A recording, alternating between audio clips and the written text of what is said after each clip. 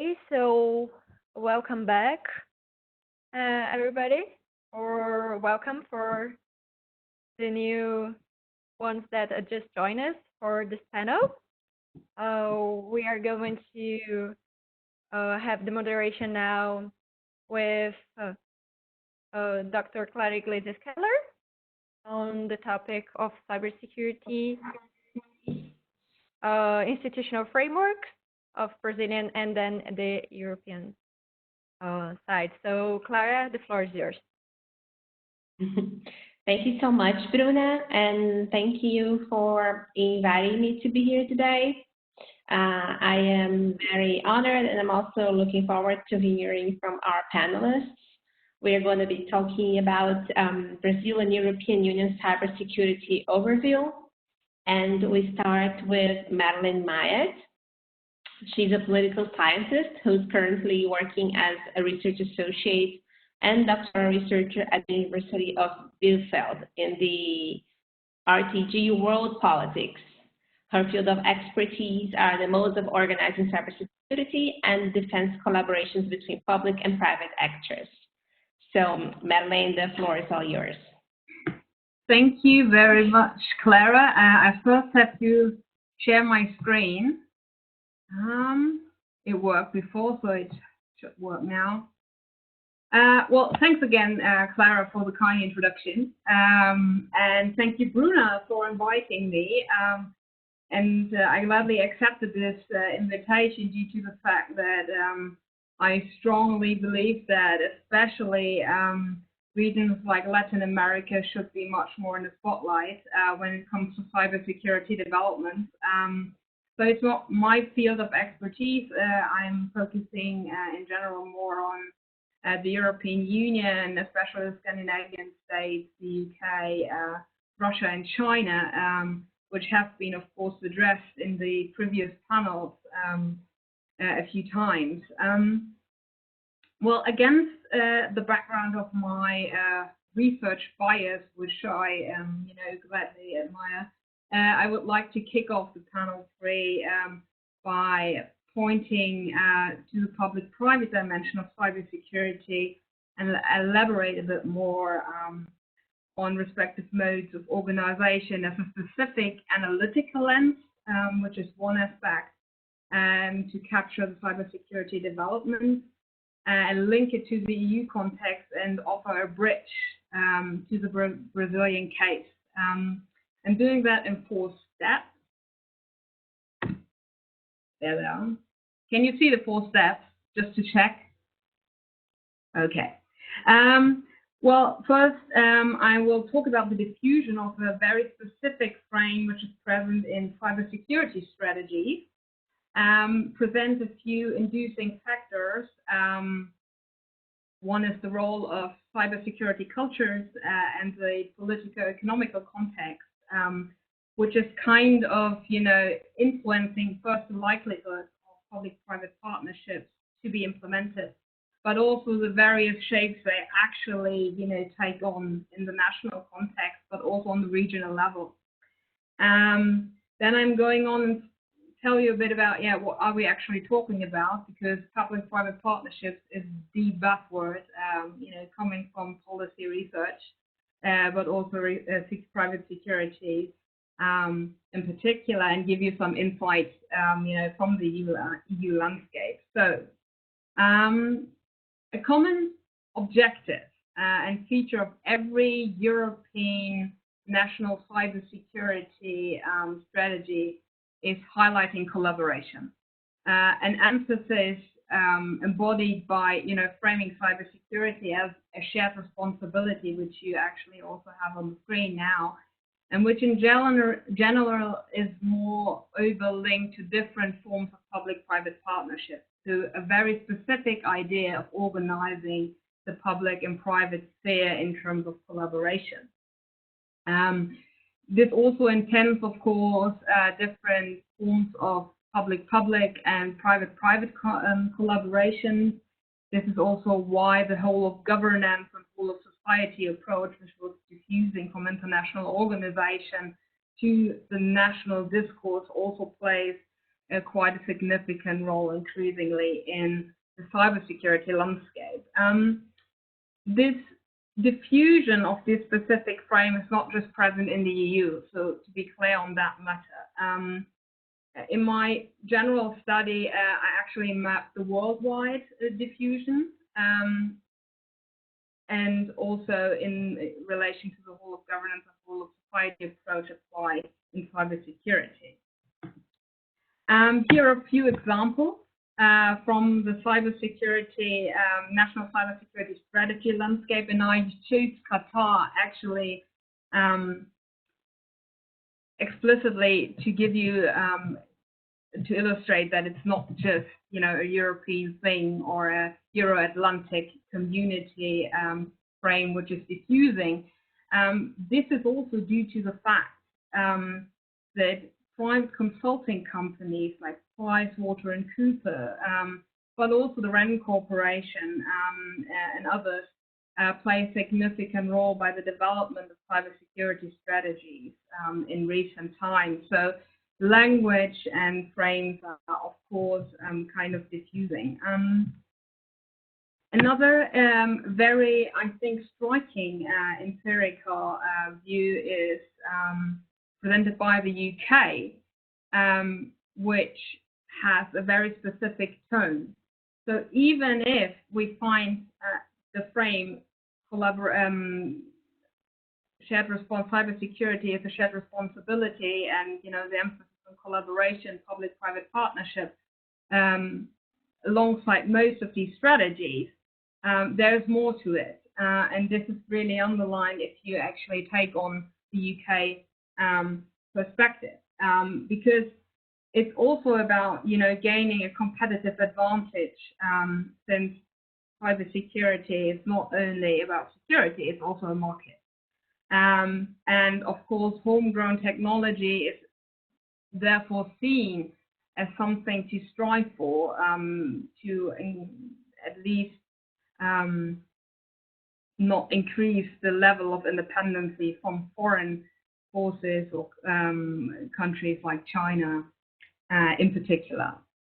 This is why this is so important that what we had in the second panel, so for all of you you have been present, you know, referring to sovereign capabilities, which is done by the UK, is, you know, a kind of present feature in the European country, not reducible to data and information security specifically. So in line with this public-private partnership idea, there's also always the intention of becoming a forerunner, leading nation in cybersecurity technology as a signal for deterrence, and also to kind of offer really good toolkit for deter, detect, and defend your country in cyberspace. This is also something that was picked up on the regional level. Since we're focusing on the European Union, one specific idea is the European public-private partnership on cybersecurity. I know the pictures are a bit, the quality is not really good, but just to give you like a very short glance on this initiative, which is launched in 2016, is actually pursuing the goal to foster cooperation between the public and private actors, and actually to evolve a European landscape of cybersecurity technology and foster the cybersecurity industry in Europe. This is also a challenge because, if you remember the UK's take on it, and this specific perspective, you have to balancing the scales in order to keep internal EU competition between private actors, also in collaboration with public actors alive, but also pursue a goal to balance and actually to be visible as a European community and market. So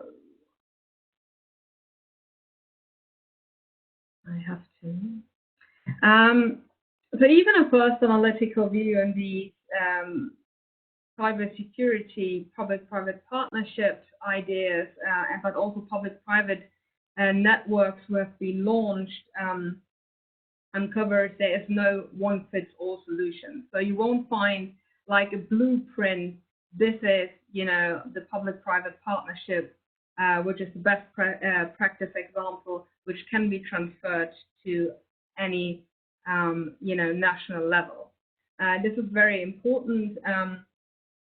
So when it comes to likelihood of implementing the former and the respective shape and structural dominance they unfold, it is important to look at actually two inducing factors which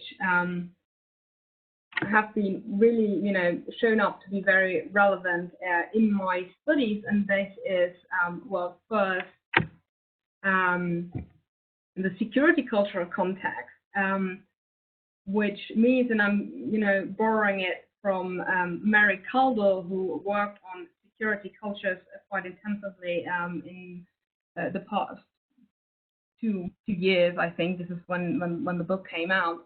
So it is, when I talk about security cultures, we have to look which specific patterns of behavior in practices of, insecurity and defense are kind of present on a national level.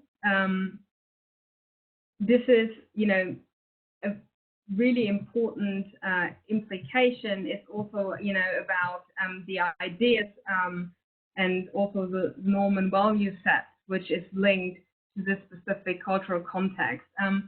Me and a colleague from Italy, Domenico Fratiello, we actually delivered and transformed this this specific idea of security culture into cybersecurity cultures, but we don't have time actually to dig into the concept in more detail, because this would be a presentation on its own, and I don't have so much time here.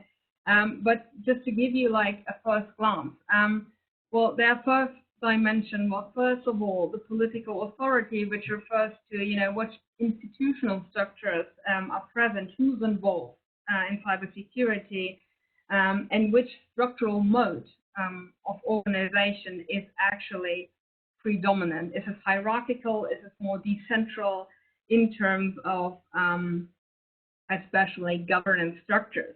It's also about identity construction. So the narrative of inside out, the we and the other. Then the public-private sphere and its interrelation from, to uncover the specific system features, but also the modes of interaction between public and private actors, how they are channeled. Very important is also the defense-offense balance, which refers to the instruments, the cybersecurity toolkit, which is applied by states, and the cyber imaginary. Not forget that.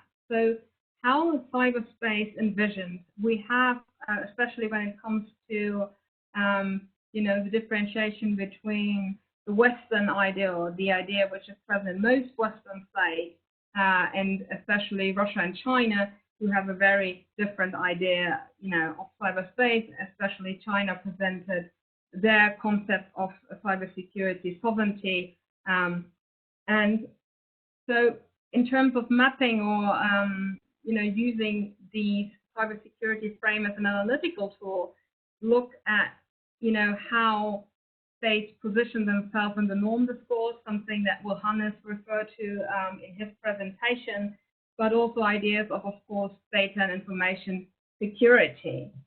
If you would like to have the working paper, just write me an email. Having those inducing factors in mind, the second one is the political economical context. Like I said, cybersecurity is also a market, which is also kind of incorporated in the power political narrative. So if you want coming to terms with cybersecurity and how public-private relations are conducted, it is important to look how the institutional tradition of traditional state market relations in a country are playing out. For capitalist countries, it's a bit like turning to the old discourse on varieties of capitalism. Yes, it is old, and yes, there was a lot of criticism, but it helps. If you're just focusing on state market relations and the respective modes of organization, because then you can uncover general past dependency of public-private relations. Others are, of course, things like the concentration of, executive power, but also public procurement system and IT and technology affinity, which you can actually use quite good indicators for to map your countries if you want to do that, especially in a global south. Having those, inducing factors in mind, well, like I already admit, PPPs are literally the evergreen on, in the international policy discourse. It's a total buzzword. No one really, knows what it is, especially in a policy discourse. It's like referring to a lot of different ideas in implementation. So I think it's important to capture that. And also their role as negotiation arenas which produce risk and threat perception, which is important, especially in the cybersecurity environment. So what are we talking about? These are ideal types. This is a scheme I developed with my supervisor, Detlef Sack. So thanks to him, I think he's not listening in the audience, but we developed this together and used it for our analysis. This is following actually the literature on the research on public-private partnerships. So, why is it important? Because those who are familiar with the European context, in the work of ENISA, this is not displaying their view on public-private partnership presented in 2011 and 2017. They have a slightly different take on it, which is at this point I can, in the discussion, tell a bit more about this. Well, institutional PPPs are actually a type where the whole institution works on a PPP framework. It's usually based on a legal act, and we see this a lot of being implemented in the field of the protection of critical infrastructure and cybersecurity. Which is important is that there are many different public and private actors involved. Most likely, in terms of private actors, the operators of critical infrastructure. It's often organized hierarchically, but with more flexible structures like working groups underneath the surface. Then we have contracting PPPs. Those who are familiar with the discourse with this, well, this is also a kind of difficult category because some will argue, is this really a partnership form if it's actually a service contract? Contracting out a specific service, cybersecurity or defense service, a model which is omnipresent in the Anglo-Saxon countries like the US or the UK in particular. And then we have PPP networks. This is a bit like a broader category which has different information sharing in mind. And of course, since these are ideal types, there are a lot of hybrid forms in reality. So with PPPs, there are of course particular risk allocation. Actors' mobility is different. Private actors have much more mobility than of course state actors. There's different needs in terms of knowledge transfer, but also requirements in terms of the use of data. And yes, I think I have to be quick, right, Clara? I can't hear you. This is the problem. Yes, please, Madeleine. Time is far up already. Okay. Okay. If you can wrap up as soon as possible, I'd really appreciate that. Okay. Well, what are the tasks and services in EU-related PPPs? Well, they are different. R&D, analysis, development of practical guidance, processes on cybersecurity practices. They have information sharing formats, monitoring and early warning, organizing exercises and training, education between the public and private lines, crisis management, benchmarking, awareness rising, and so on. So there are also very different actors involved. If you want to learn more, please just ask me in the meeting, in the discussion. Here are a few examples, like I've kind of indicated in my previous slide. There are two forms of public-private partnership dominant. First, information and knowledge transfer networks, which are often subsumed under the title cybersecurity alliances. And then we have the contractual public-private partnerships contracting out cybersecurity services to private companies. This is one example for an institutional PPP present on the European landscape. It's Opcritis from Germany. Then we have, well, actually, there's not really an English translation, but it's from Austria. It's about security in Austria, which is actually also a very well-established network, which kind of, takes up on cybersecurity and emerging technology quite well, which also includes defense exercises. It is a bit funny because ENISA always calls them war games. If you talk, of course, to the officials, they would like to frame it as defense exercises a bit more. PSI in the Spanish technology platform and industry safety is another example for a more for a network solution. And of course, the UK CS growth cybersecurity growth partnership, which you see in the violet corner, has very strategic goals also in terms of fostering export of cybersecurity technology, because being an export nation, cybersecurity technology is, very important. This is the IBM is one of the big players in like Microsoft. And this is the last slide I want to share with you. It's actually from the UK. It's a very interesting way of institutionalized competition in security and defense under the umbrella of the MOD. DASA, the Defense and Security Accelerator, but also DSTL, the Defense Science and Technology Laboratory. They offer idea competitions with very short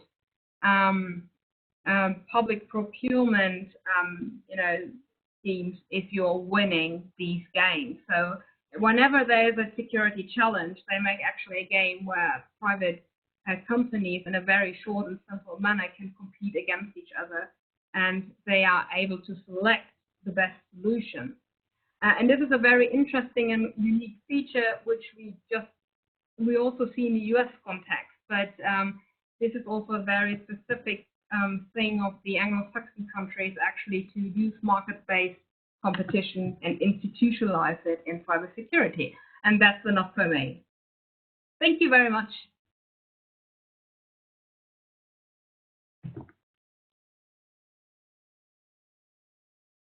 So it should be fine now. My screen should be.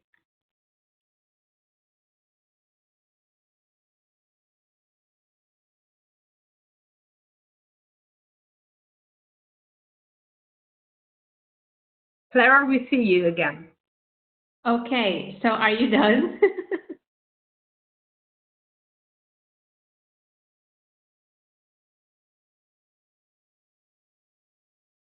Okay, I can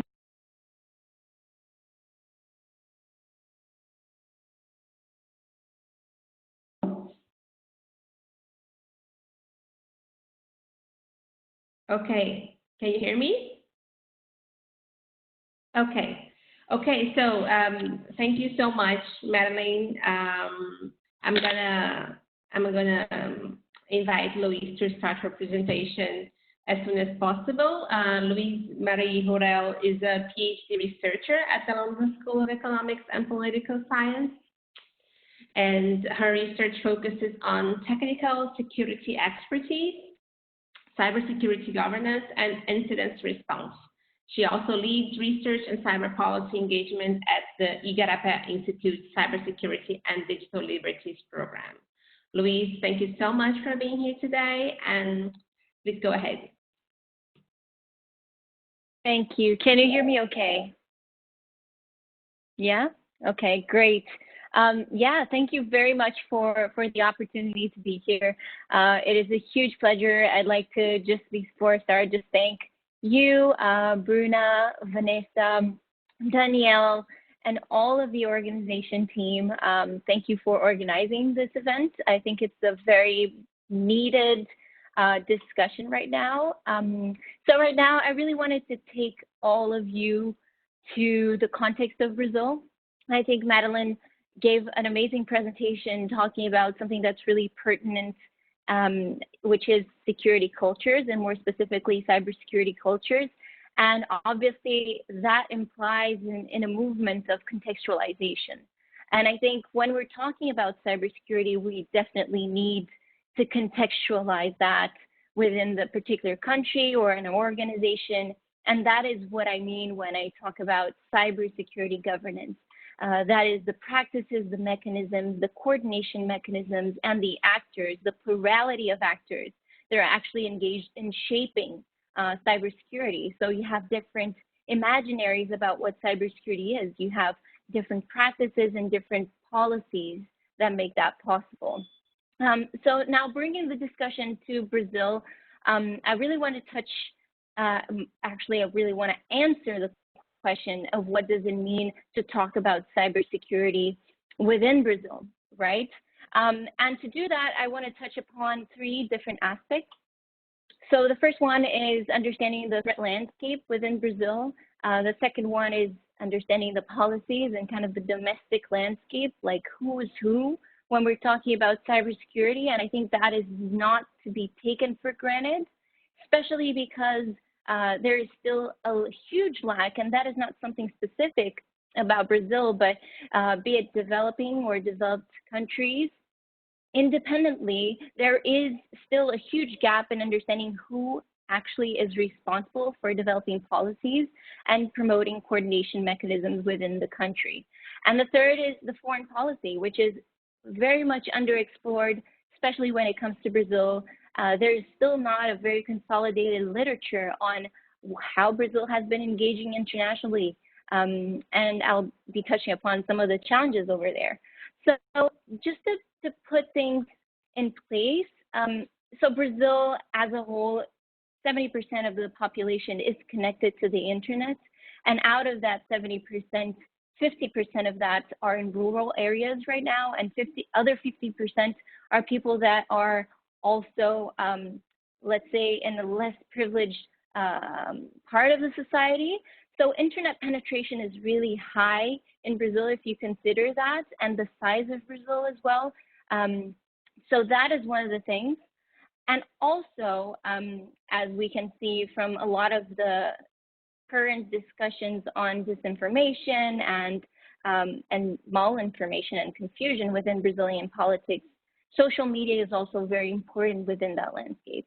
And why am I mentioning that? Because when we look at the threat landscape of Brazil, the main challenge right now is with regards, more specifically when it comes to cybersecurity, is that at least ransomware attacks and web defacement and abusive websites are reported, and this is according to CTIR-BR, which is the Center for Incident Response from the government and private companies, points that these are kind of the main challenges within the Brazilian cybersecurity landscape. So all of that to say that we're dealing with a country that is increasingly connected. Right now, during the COVID crisis, we're more dependent on having access, and most of the access in the internet is through mobiles, and that has a lot to say about what kinds of information and what kinds of vulnerabilities the citizens and the nation as a whole are exposed to, and what are the venues through which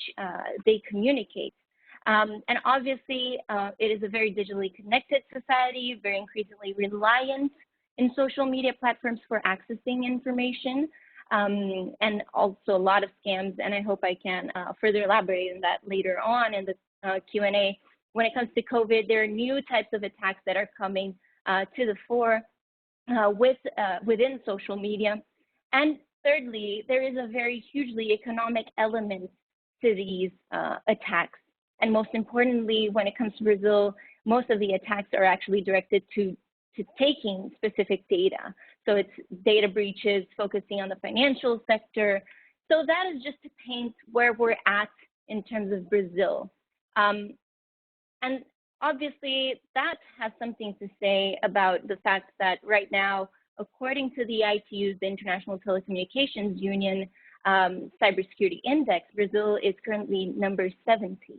And that is kind of like, it makes us question what stage Brazil is in terms of cyber maturity and being able to be resilient and respond to these threats, and what are the mechanisms out there, right? And that leads me to the second part, which I think, even though we're kind of having a very kind of overview of all of this, I think we do need to break it down.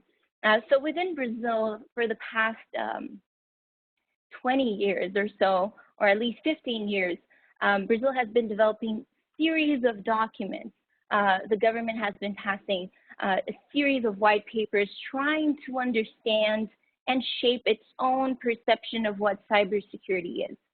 And what we see right now is that Brazil is in deep, and it comes not as a surprise, that Brazil is facing a huge political and economic crisis. There is a lot of questions related to the credibility of democratic institutions.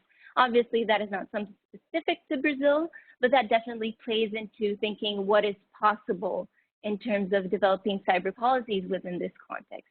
However, that this political and economic instability hasn't come as a challenge right now yet to the development of cybersecurity policies. Brazil, as I said, in the beginning of the 2000s, Brazil was very much trying to develop its own language.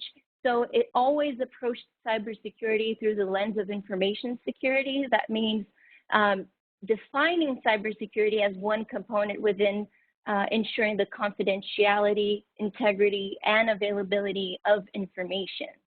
And throughout the years, the Brazilian government, and more specifically the Institutional Security Office of the Presidency, which is called in Portuguese Gabinete de Segurança Institucional, they have been trying to develop what is now a national cybersecurity policy and trying to set guidelines for that. However, between the 2010s and now 2016, so almost 10 years, the main part of Brazil that actually developed these documents was the military. So that is why many of the critiques towards the Brazilian cybersecurity governance ecosystem is that it's very securitized and militarized. However, they actually developed that because they were in a cycle of huge international events, not to justify, but there was a need to respond and to receive other countries and other delegations within Brazil in order to host these international events such as the World Cup, the Olympics, and many others since the early 2010s. So that is kind of like the very practical side of that, the very kind of empirical side to what we see, but that didn't mean that while the operational experience came before, the institutionalization of cybersecurity within Brazil followed that. And then Brazil throughout the 2010s actually developed its own cybersecurity defense command, and also the CD Cyber, which is a specific operational side of it. But then after developing institutionally, especially within the military, the bigger question was, how do we integrate? And I think that is the stage that we're in right now. And Brazil actually last year, actually the beginning of this year, passed its first national cybersecurity strategy. And I think this is really important because it signals something really interesting.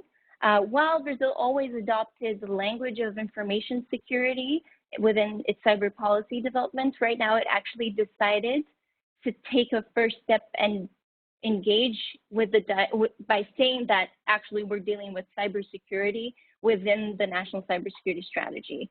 And obviously what it sets out, and I'm going to just highlight 3 elements of that, is that it prescribes 3 main goals and 10 strategic objectives. However, I'm not going to go deep into that because we don't have time. But what is interesting about it is actually that it provides a horizon, a strategic horizon for Brazil to start to have some more coordinated action between sectors. Because what we have so far is a very scattered process and siloed discussions. The financial sector, for example, has developed its own resolution for minimum standards for cybersecurity, but that is only applicable to that particular sector, which is not a problem. That is something that happens. But I think right now we're in a moment in Brazil where we're trying, the government at least, is trying to understand its own role and how it can portray itself as a convener of these different sectors. I think there are many challenges over there, especially when we think about civil society and about how to integrate civil society within that discussion. But this is what we're going to see in the next coming years, because the strategy in itself does not go deep into practical outputs, although it does mention that it seeks to develop a centralized or kind of a central governance mechanism, which is something interesting, something in the lines of the National Cybersecurity Center, which is a coordinated, kind of grander, wider center for coordinating between different sectors, exchanging information. It also says that it's going to pass a cybersecurity law. So right now the government is working in that law. We don't know actually what it will entail, but definitely one of the things to consider within the political scenario that we're seeing right now is the challenge of conflating cybercrime with cybersecurity. That is, conflating elements that are related to content issues with challenges that are related to, let's say, the infrastructures and networks. Obviously, there is a fine line over there, but when we consider the whole informational ecosystem within social media right now and the disinformation that is happening within the Brazilian informational ecosystem since the last elections, I think it's particularly worrisome if we go forward with that and if we conflate that. And I think that goes back to a very basic element, which is cyber capacities, as Madeleine was talking about. I think there is a need to educate and to make sure that policymakers are on the same footing when it comes to understanding what cybersecurity actually means. And I think this translation aspect that's still happening within the Brazilian scenario, it's more than ever pressing, just because while we're doing these policies, we have to make sure that we have the fine lines of what we actually want to accomplish. So let me just jump really quickly, because I know we're short on time, to the international scenario. Obviously, when it comes to cyber capacities, and just to close on the domestic side, actually, when it comes to cyber capacities in Latin America, Brazil is not alone. You know, there is an external factor which is quite interesting.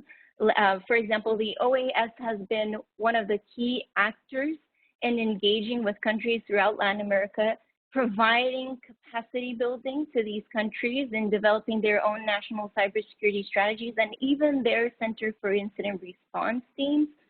And obviously, public-private partnerships come into place in that scenario, because I was doing a research with a colleague of mine on the role of Microsoft and how they have been engaging in norms development, cyber norms development at the international scenario. And what we saw was that within Latin America, they have developed also what they call transparency centers. And these centers, they are set to provide more security to the governments that are using Microsoft services. And why is that important? Because actually they have little representation, just governmental representation within the country, but they actually want to create these spaces where they can share information. So just going back to what Madeleine was saying, because I don't think it's something that is just part of the government.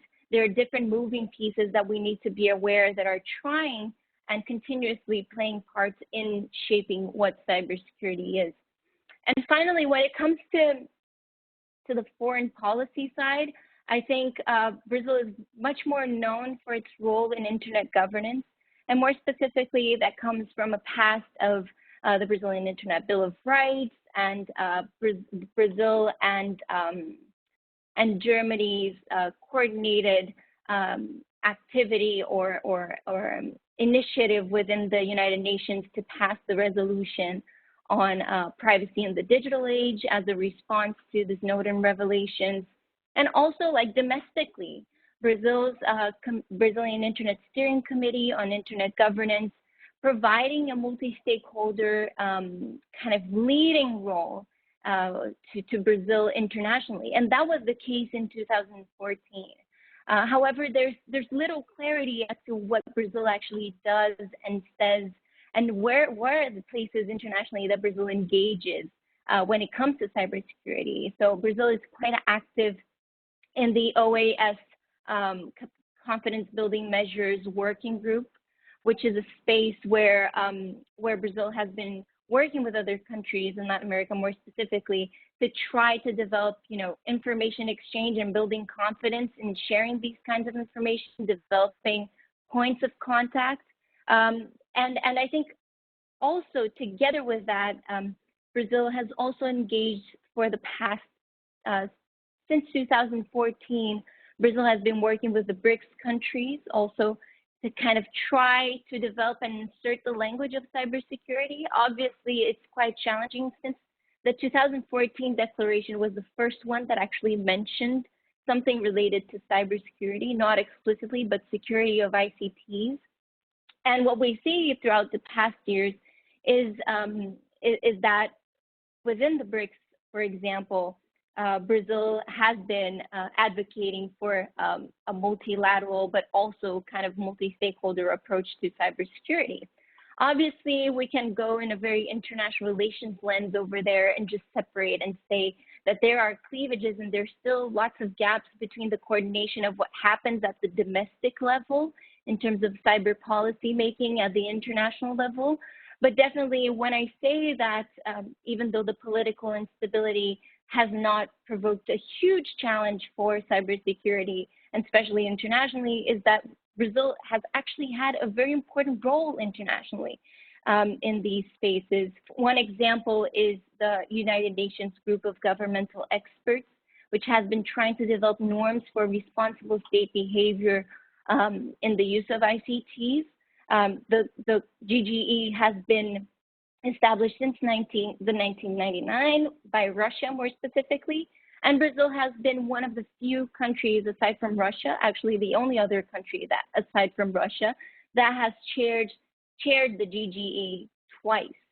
And that has a lot to say about how other countries see Brazil's role internationally as a country that, even though it operates as a swing state, it does have an ambiguous foreign policy in terms of at times citing and talking about multi-stakeholder approaches and at other times talking about multi-stakeholder, multilateral approaches to security. However, I think it does provide a more nuanced perspective of where we're at.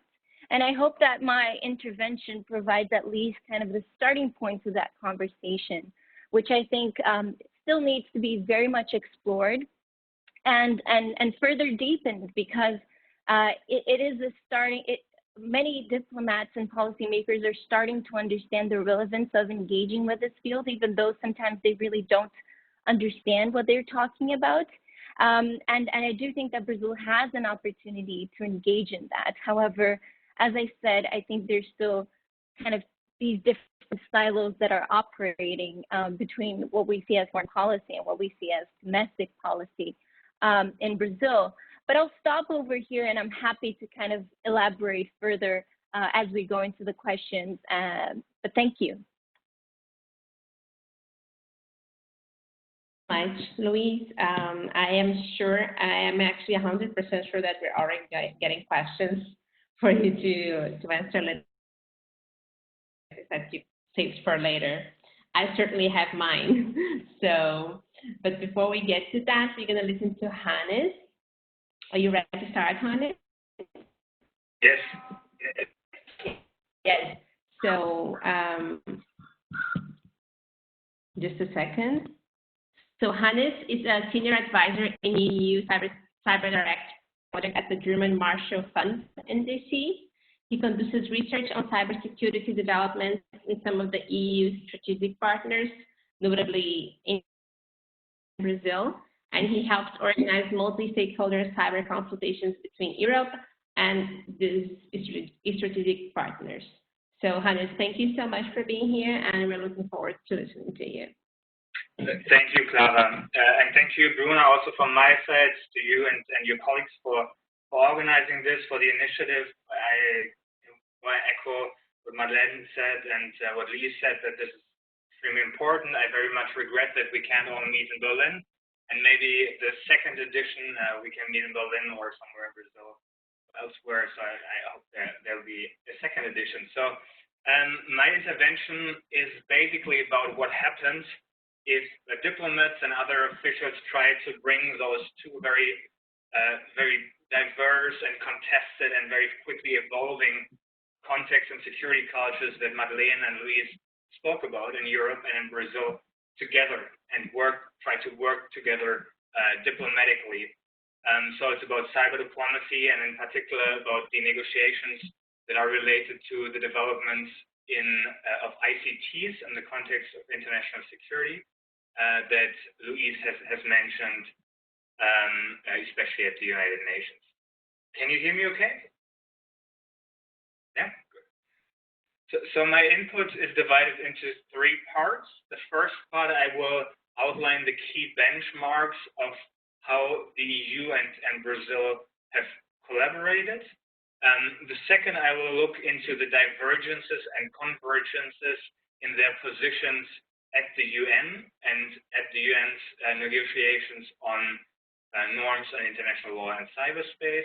And in the third section, I will conclude with some thoughts about the prospects of the EU-Brazil cyber cooperation. Louise has already outlined that there is sort of that researchers face the challenges of ambiguity and the lack of clarity sometimes in terms of positions in diplomatic relations.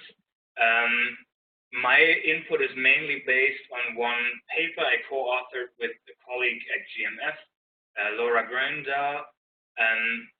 a brief piece I co-authored with Louise actually recently for Net Politics, and a track 1.5 consultations that we had in Brazil last year in the context of the project I'm working in that you mentioned, EU Cyber Direct.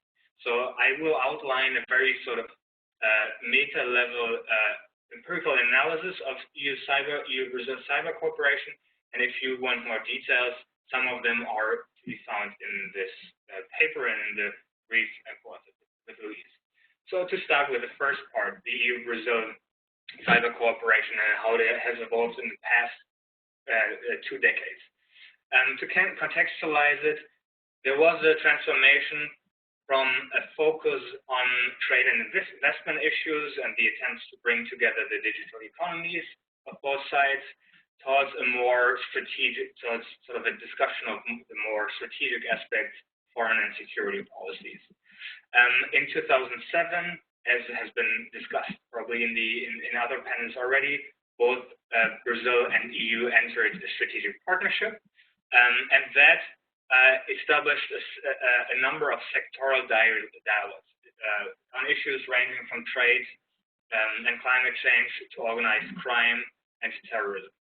In that context, one observer described the period of the bilateral relationship before the strategic partnership as relational indifference and sort of a period of minimal cooperation, really.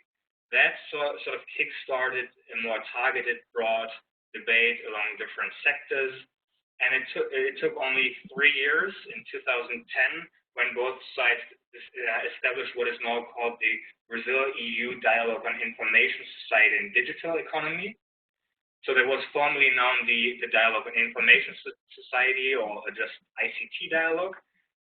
It now takes place annually. It's led at the EU side by DG Connect, and in the Brazilian side from the Ministry of Science, Technology, Innovation and Communications, so MCTIC. And it's basically a working level meeting to discuss regulations and standards and research cooperation.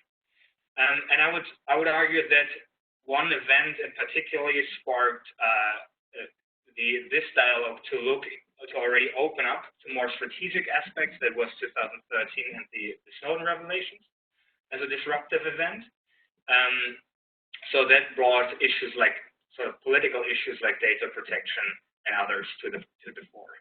And it facilitated, so over the past 10 years, I think it facilitated 4 major outcomes.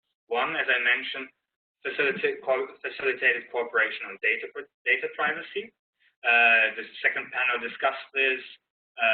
Louise already mentioned the bilateral cooperation between Germany and Brazil on global privacy protection.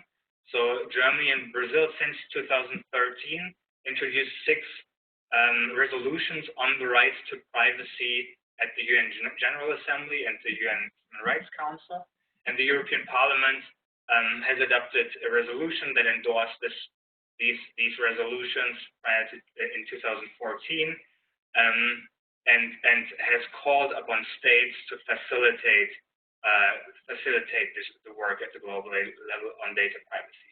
The second outcome of this dialogue, which already goes more into that strategic domain, is the decision in 2014 at the EU-Brazil summit to build an optical submarine cable called ELA-Link.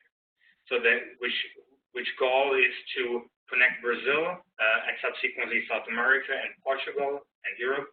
And the goal was that at that time, around 85% of all digital traffic between Latin America and Europe was still routed through servers through the US.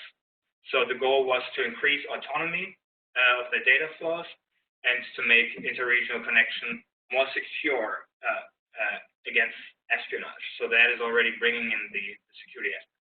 The third point is an agreement signed in 2016 to develop a global definition on 5G and define common standards related to 5G. And that is, of course, an ongoing discussion which has become much more politicized. So in December 2019, at the last Brazil-EU digital, at the last dialogue, both sides again committed to align their methods and standards on equipment certification that has become a main issue in the context of 5G security.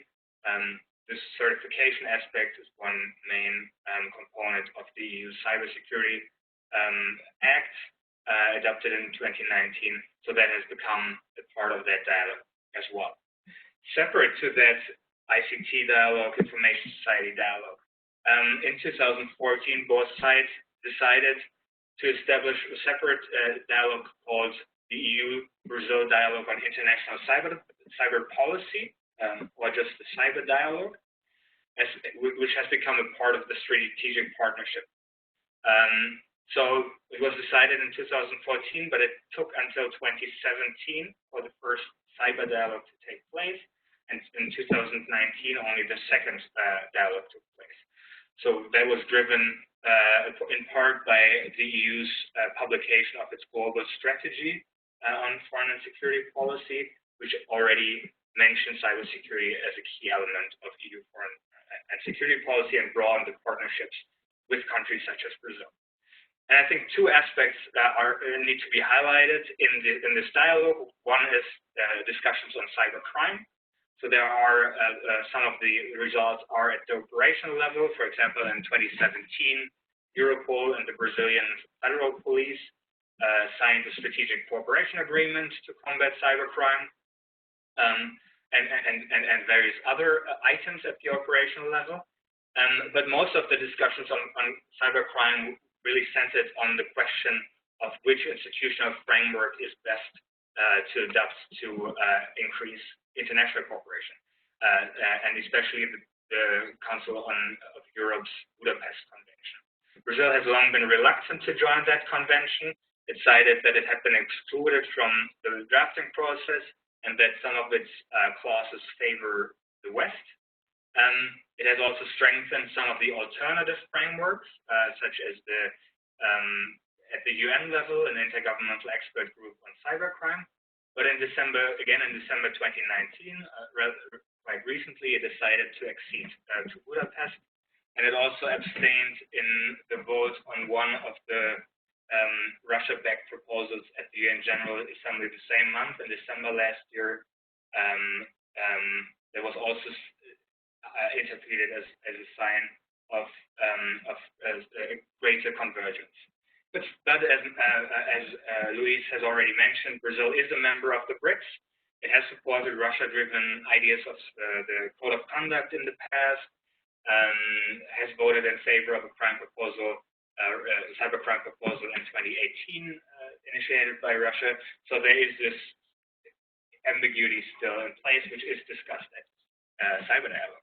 And the second aspect that is discussed at the Cyber Dialogue is the norms of responsible state behavior.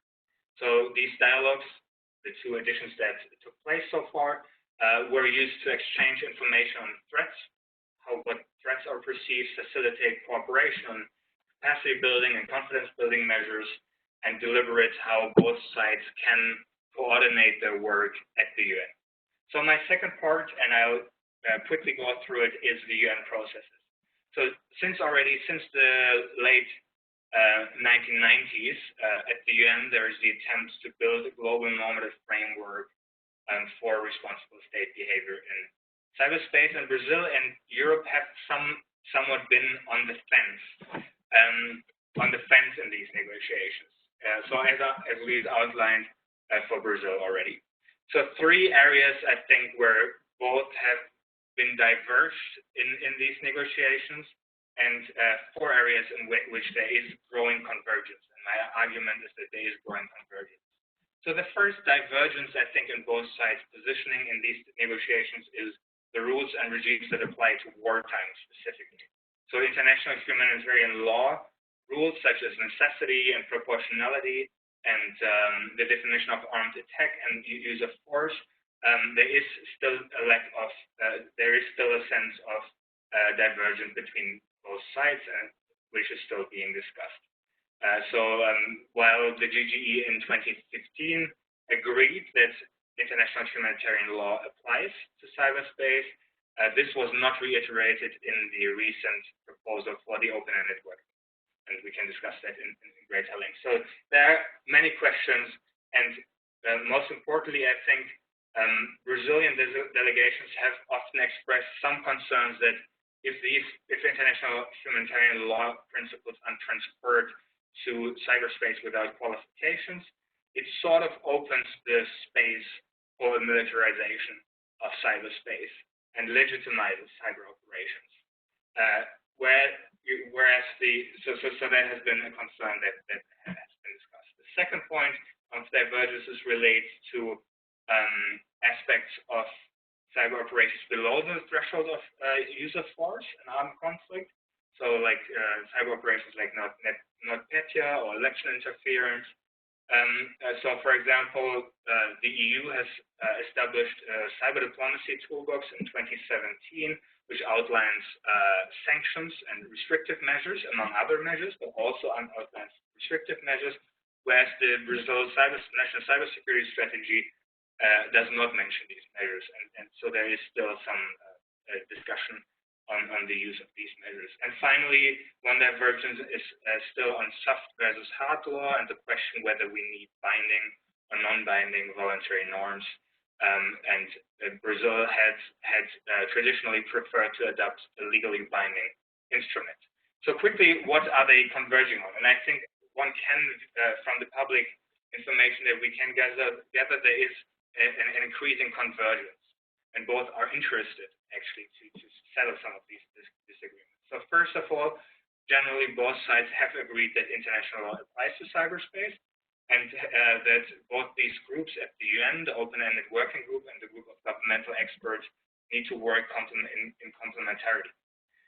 Second, both have highlighted that these two groups should focus narrowly on the agreed upon norms and to implement those, and if any, discuss very few norms. Brazil has suggested in the first open-ended working group meeting to include a reference on the protection of the public core and electoral systems in the open-ended working group final report, and that suggestion was endorsed by some of the EU member states in that session. Third, and then I come to the last point, I think there is a recent gradually and a convergence on the question of hard versus soft law. So Brazil in the last open-ended working group in February stated that while in the long term it prefers a binding instrument, that states should actually now focus on further developing and implementing the agreed upon binding norms. So that I think can be interpreted in sort of a gradual convergence. And fourth and finally, I think both sides have been very strongly supported and promoted multi-stakeholder engagement in cybersecurity negotiations and also even decision-making processes. So that is something they have worked on in other areas, in internet governance, but they have mentioned this now recurrently in the open-ended working group to also bring in multiple stakeholders in cybersecurity discussions.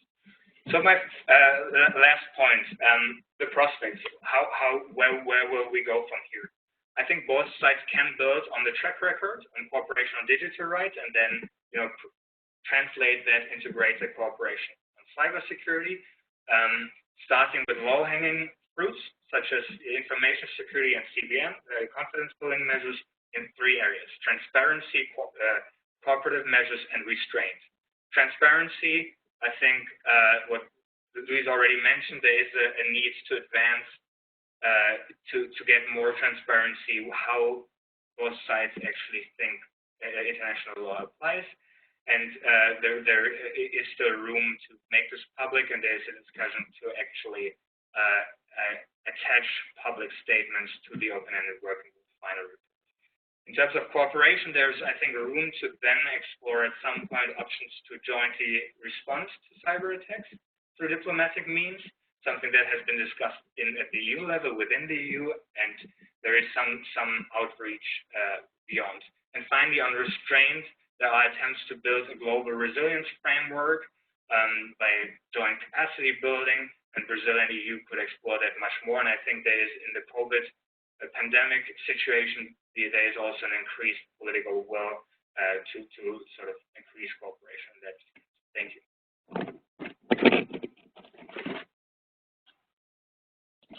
Hannes, that was also very interesting. I believe now we go for the first poll. Am I right?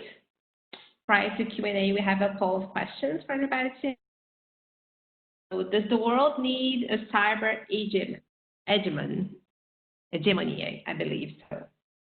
So if everyone cares to answer.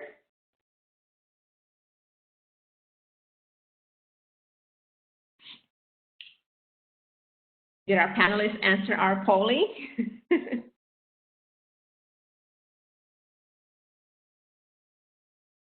Hannes, Louise, Madeleine?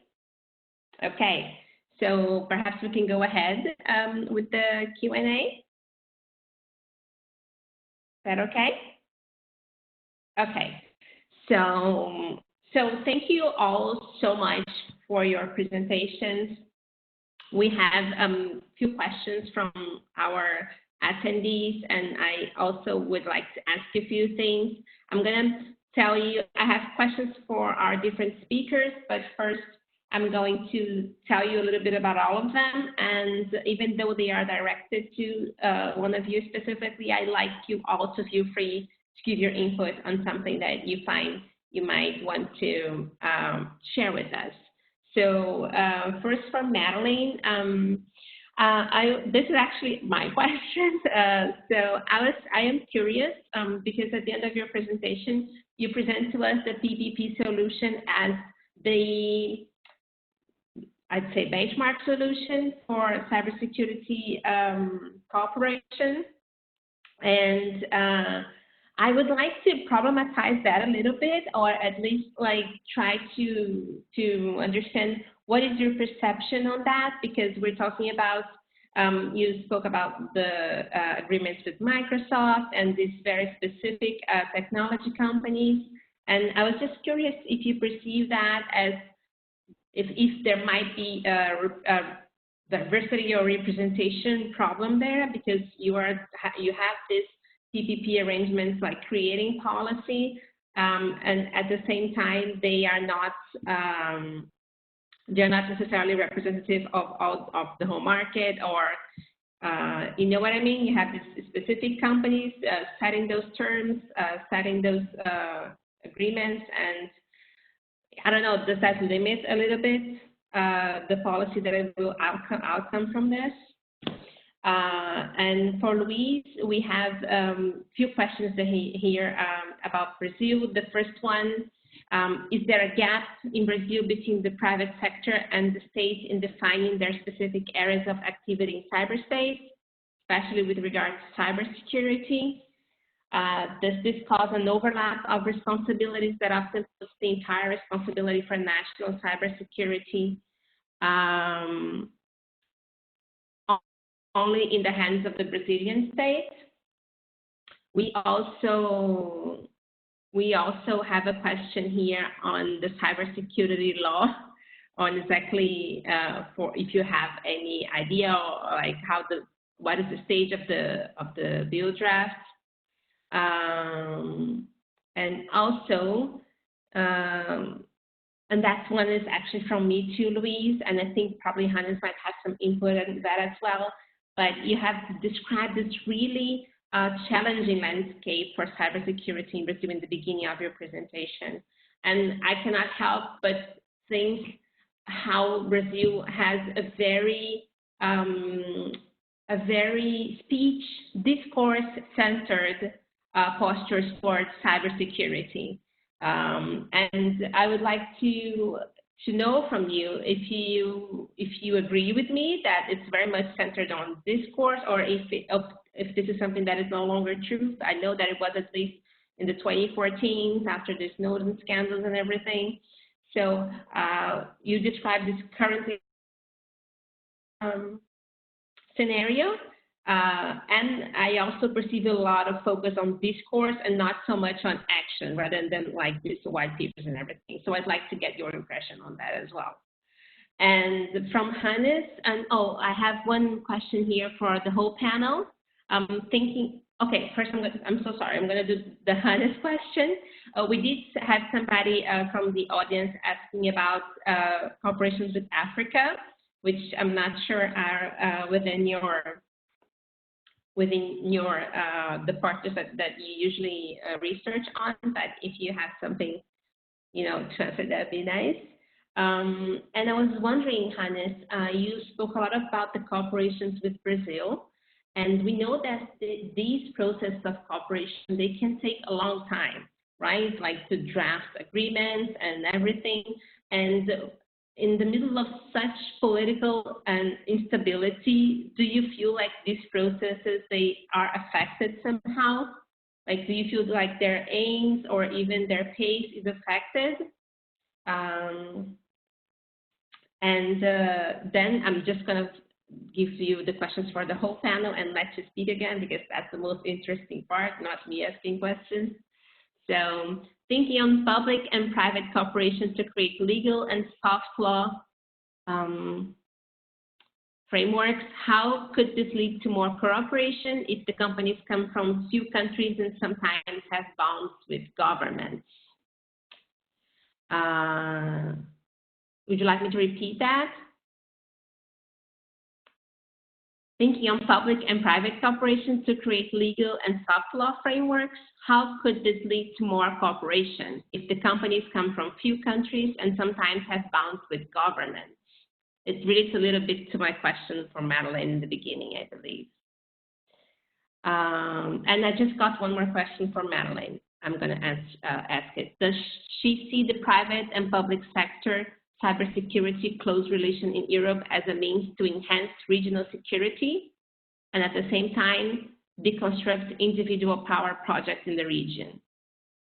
I will stop the questions now. I think we have plenty for the first round. So we are a bit ahead of time. I'm going to give each of you 5 minutes tops for this. I'd really ask you to keep to your time, and then hopefully we can have more questions. Can we start with Madeleine? Yes, can you hear me again? Okay. Well, well, first of all, I think, is it a benchmark, this public-private partnership idea? Well, first and foremost, this is, of course, it's a, or this is how I view it from an analytical point of view. It is a specific organizational idea which is diffusing in the strategy landscape. So I think what I want to make clear is that I'm not really would say that, you know, this kind of solution is, you know, the best way to go, especially if you have like the empirical landscape in mind. I think that cybersecurity is definitely a shared responsibility, but if especially the public-private partnership ideas work really depends on the context. Louise made this also very clear in the Brazilian context. And I think this is very important if we talk about this. Not all public, you know, this public-private partnership idea and also public-private networks are working in every context, national context quite well. These ideas are adapted, and of course, a lot of hybrid solutions are implied, you know, on the empirical landscape. But of course, linked to this collaborative governance idea, which is more from governance studies, but also the whole of governance and whole of society idea, implying this is always hard. Well, first and foremost, if you look at public actors, by having in mind that, you know, you have so many different policy fields involved. It was very clear in the Brazilian case, but this remains true for, I would say, you know, maybe North Korea is not an example which you would, you know, bring on, but in general, there are so many policy fields and ministries involved. And these are social, you know, functional systems. I'm coming, you know, from systems theory, so these are closed systems. They're competing over resources. So collaboration is hard, and especially by having this risk allocation in mind that I was talking about in my presentation, public and private actors coming, you know, from different sides, having very different abilities to bring on the table. So first and foremost, it's a mode of organization, and it depends on the context. If it's, you know, how successful it's actually implied. The dominance of big tech players is definitely visible in these public-private partnership schemes. If you analyze the actors involved in, for instance, cybersecurity alliances, which are public-private networks on information sharing and knowledge transfer, the tech companies like Microsoft, IBM, Cisco, they play like a significant role.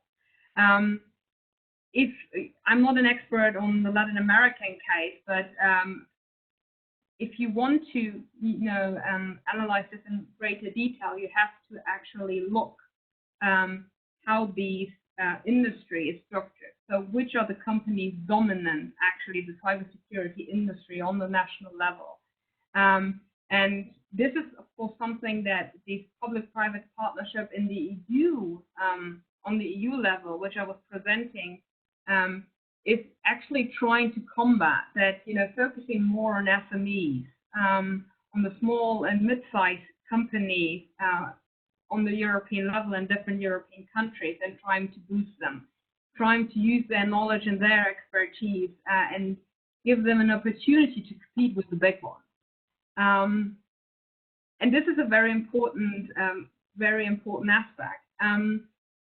Will we see a kind of nationalization also in the European case and maybe in other regions in terms of, you know, technology dependencies, which could, you know, I would say rest on this public-private partnership idea and, you know, fostering these industries, which is always linked to these kind of mode of organization.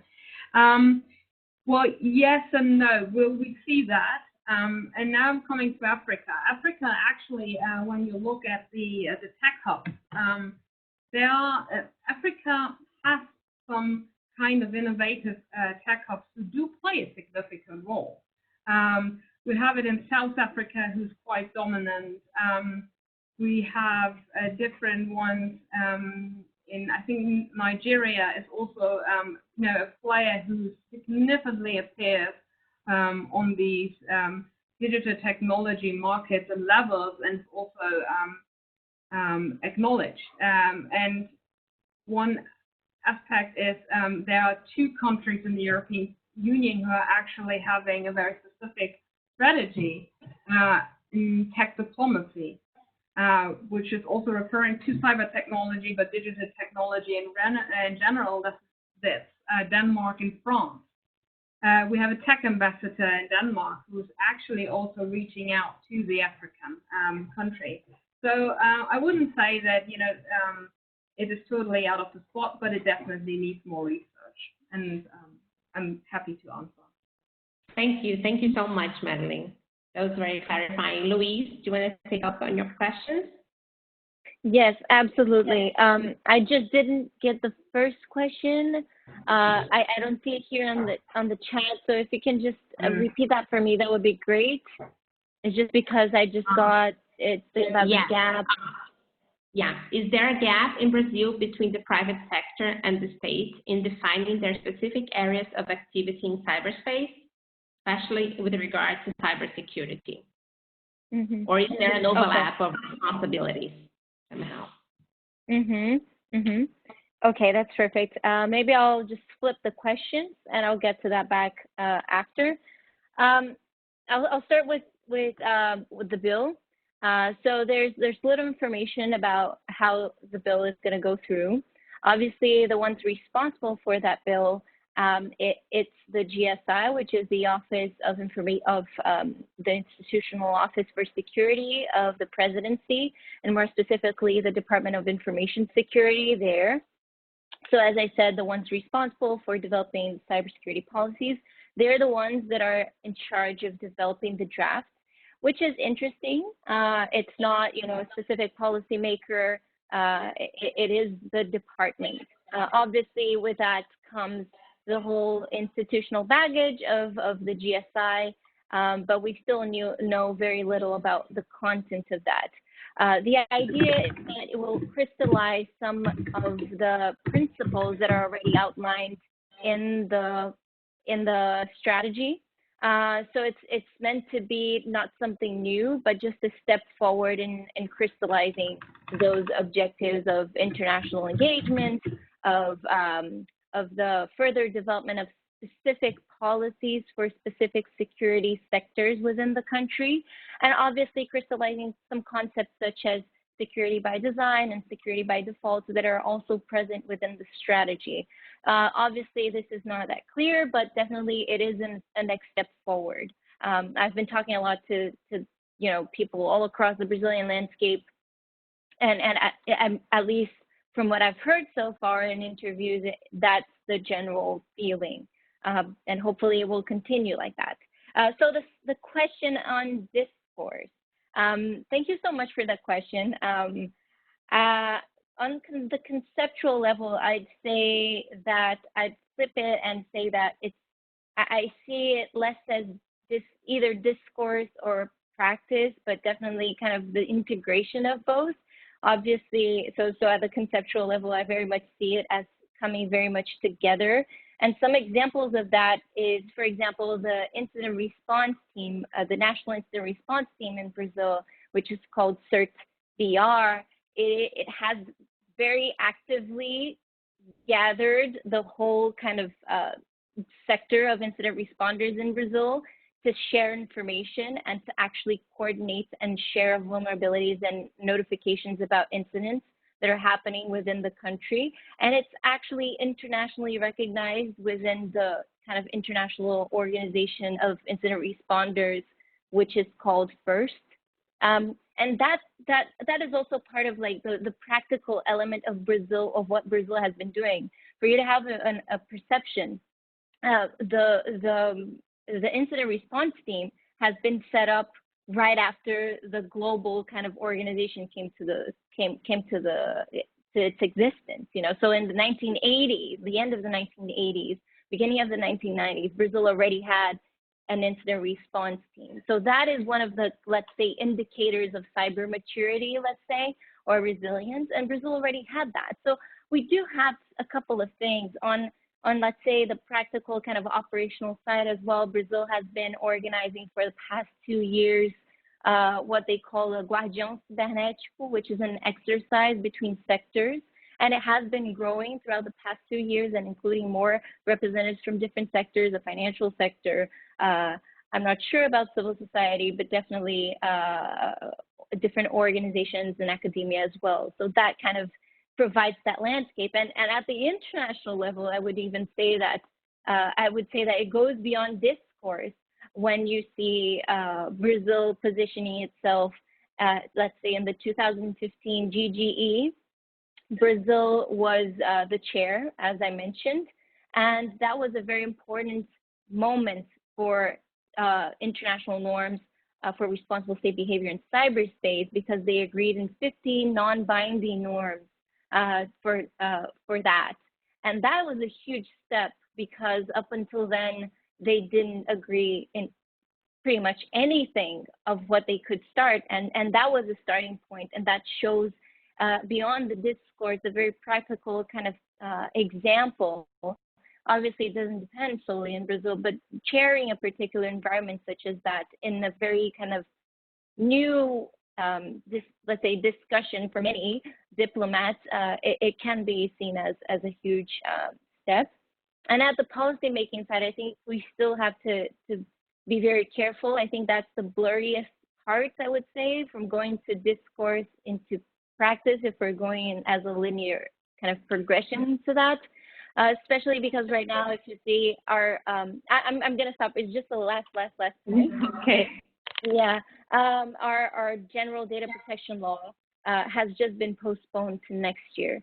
And it has specific provisions on information security and data security. So things that would level Brazil to a particular point. And now we're just left with close to nothing.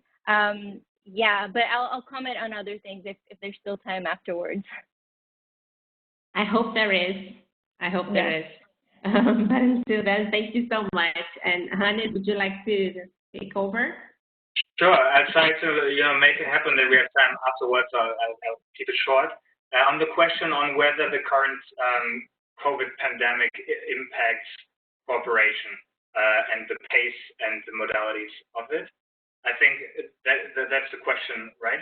I think it will certainly have an impact in the short term, that there will be a focus on crisis management, and both sides need to reorganize themselves, focus internally, and so on.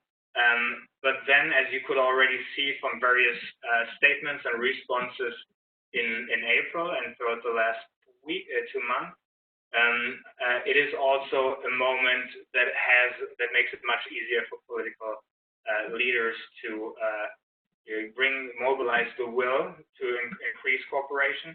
And so, I mean, we had the U.S. government, I think, was the first to publicly condemn the increase of cyber attacks for espionage and financial purposes.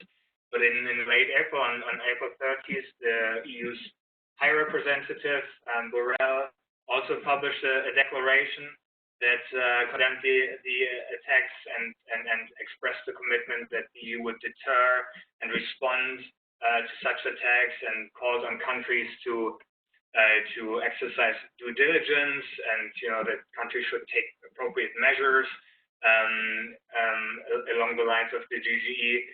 And that the EU would also increase global cooperation at the technical level and at the operational level, but also at the diplomatic level. So that was in late April. And there were other statements related to comments by governments on the first initial draft of the Open-Ended Working Group report that highlighted what what needs to be done in this crisis moment. Eight countries, I think, referred to the need to focus specifically on the health sectors. The Dutch statement that was much discussed was probably the most direct, the strongest. They said they are appalled by the abuse of COVID on cyber criminal and espionage purposes, and that this constitutes one of these explorable examples of irresponsible state behavior that is violating international law. So you have a couple of EU member states that push that to the fore, make that public. You have the UN Secretary, the Under-Secretary General, who called for a global digital ceasefire. So, I mean, you know, that certainly it's also an opportunity for the open-ended working group to show that it works.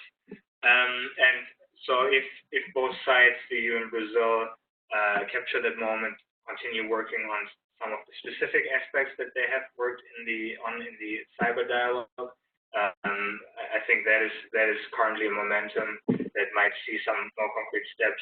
I mean, one example that I mentioned is the external resilience measures. So building a global resilience framework, protection of cyber critical infrastructure. So some of the focuses that have been discussed in the dialogue, I think, have been now become raised to the highest political level: fighting disinformation and cybercrime. So maybe these three aspects in particular.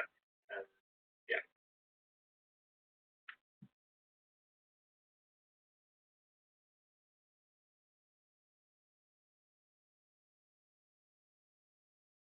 Of keeping the COVID-19 free debate.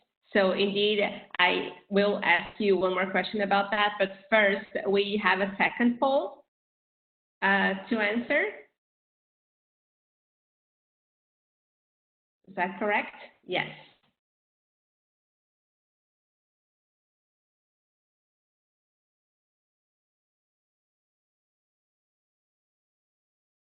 Do you have it?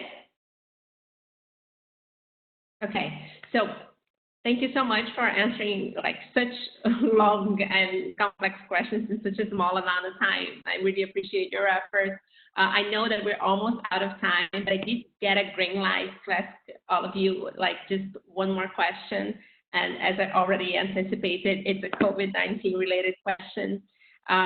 We were just speaking about this the other day, and I would like each one of you to give me a little bit of your impressions on how you think this pandemic can or will affect cybersecurity threats, or even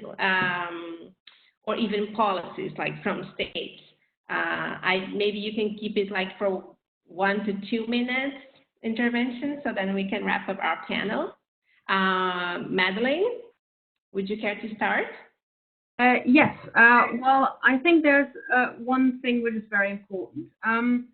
By having, you know, my work on China in mind, what we see that in the pandemic, the quick fix, tech-driven solutions in terms of apps, tracking apps, these ideas are also diffusing in the European context, but also around the world, because, like I said, it's the illusion of a quick fix technical solution, which China is very successful in, you know, creating this narrative and image, you know, by having and providing these technologies, also in relation to safe city and smart city grids, solutions and applications which already have been distributed around the world using biometrics in the public sphere and environment, can be applied quite quickly. I mean, we're discussing about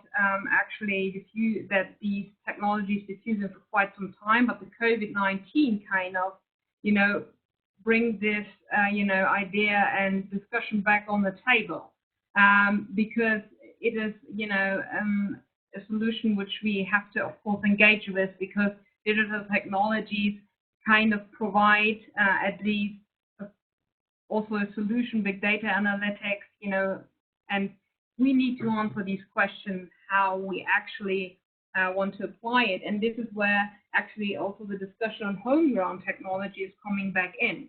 So if you don't want to depend on China and on these digital surveillance solutions, and also the data collection, which by the Chinese intelligence laws could be transferred to the Chinese state, of course, this is something that will, kind of be a driving force for these kind of discussions around, fostering a homegrown cybersecurity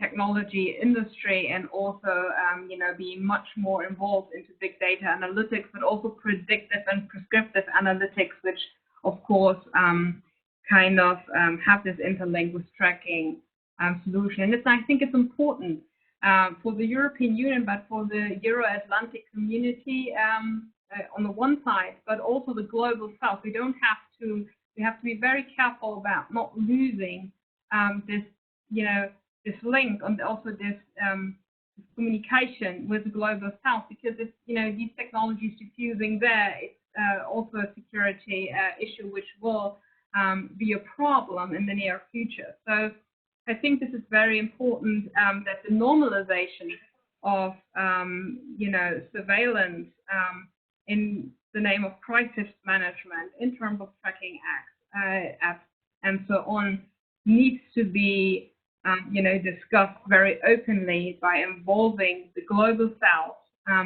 but also, of course, having this internally, and be very reflective on these quick fix tech-driven solutions, which does not mean that big data analytics, I'm a huge fan of big data analytics, there's no doubt it's there. You can do a lot of good, we use it for research, but you also have to be having this critical reflection on this technology and the application. And of course, also having the digital transformation of different societies in mind.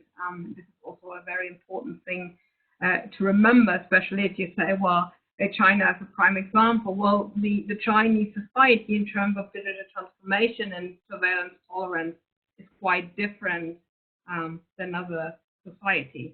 So, yes. Thank you so much, Madeleine. Louise? Okay, quick and short.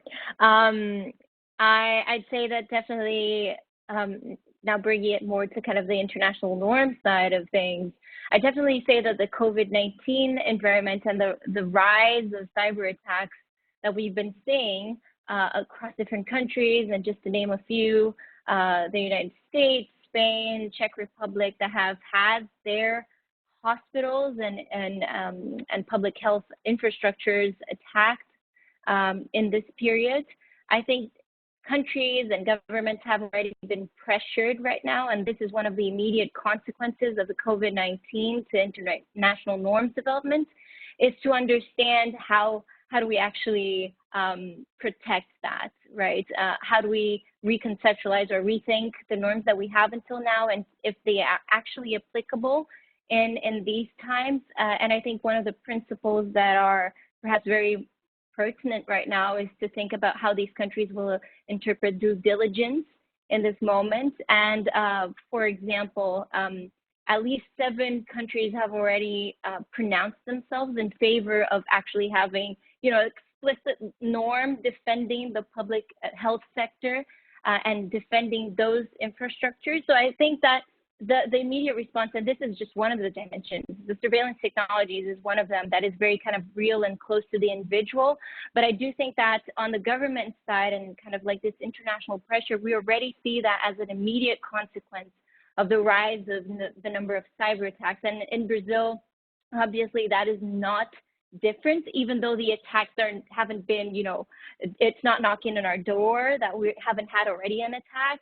Obviously, we already had lots of scams in WhatsApp groups and financial scams as well, and the rise of ransomware in this period. So I do think that that pressure is coming, and I do think that at the international level, we do have an opportunity to think whether international law already covers some of that when it comes to protecting the hospitals and other public health sectors, or whether it doesn't. And if we want to reinforce that, how are we going to do that amongst states in this international norms discussion. And I'll just stop there. Thank you so much. That was actually like really insightful. Hannes, would you like to take over?